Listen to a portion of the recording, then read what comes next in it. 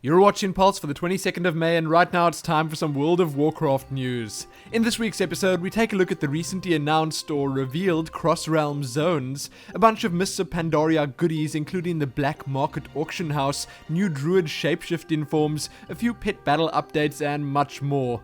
Let's get straight to the news. First up, we're going to have a talk about cross-realm zones.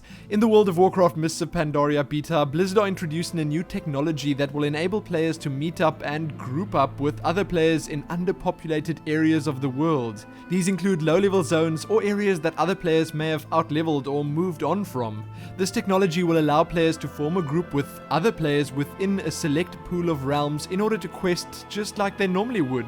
It would, however, still allow the social structures of their home realms to remain intact. So yes, we can already do instances and the likes with friends from other realms, and now Blizzard are just sweetening the deal even more by allowing us to quest with them or even just meet up with them out in the wilderness too.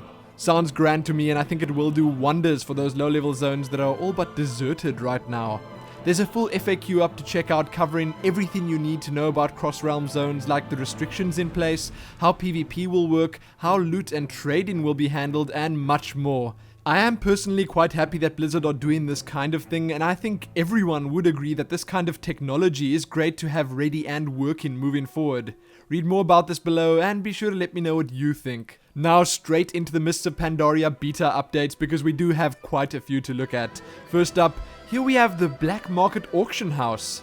Now, the Black Market Auction House allows players to bid on special items that are not normally sold by NPCs. Well, they aren't normally sold by anyone at all.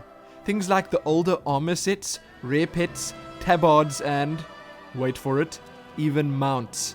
Mounts such as the Ashes of Alar, the Swift White Hawkstrider, and a couple of other super interesting ones. These are probably only a few of those set to be sold in this most shady of places. It seems like mounts start at a 20,000 gold bid, armor at 10,000, pets at 10,000, and miscellaneous items at 10 to 15,000 gold. Now keep in mind this is still an auction house, and others will most definitely be able to outbid you. I can just imagine how high the bids would go on something like the Ashes.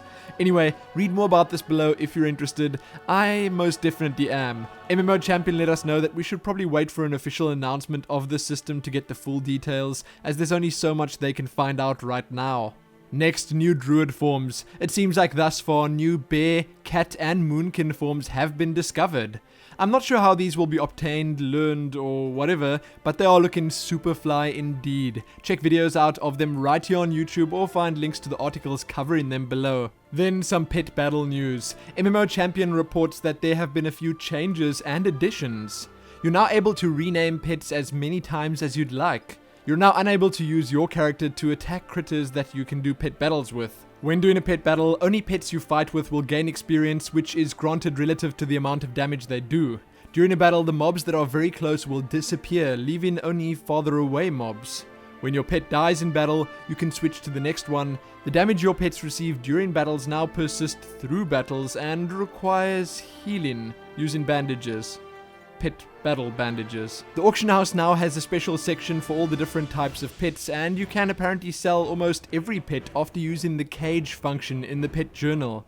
Interesting stuff. You can read all about this below, see a video covering some of the information, and have a look at a list of new pet abilities to boot. If you want even more, you can have a look at some new PvP sets, tier 14 sets including that of the Monk, an area preview of the Town-Long Steppes, a quick look at the Battle for Theramore scenario. You can have a look at and listen to some Pandaren male emote sounds, improved dig sites for archaeology, a new legendary quest line. It seems like battle tag support has been added to the beta, and much more. Yes, much more, and most of this is courtesy of MMO Champion, Wowhead, and WoW Insider. Check all those articles, posts, and other niceties out below. Now though, let's move on to the World of Warcraft Smalls. First up in the Smalls, some new Warcraft art, wallpapers, and comics to have a look at. Read the latest War College post, this one on communication. It's your last chance to sign up for the level 90 Arena Pass. Don't miss out.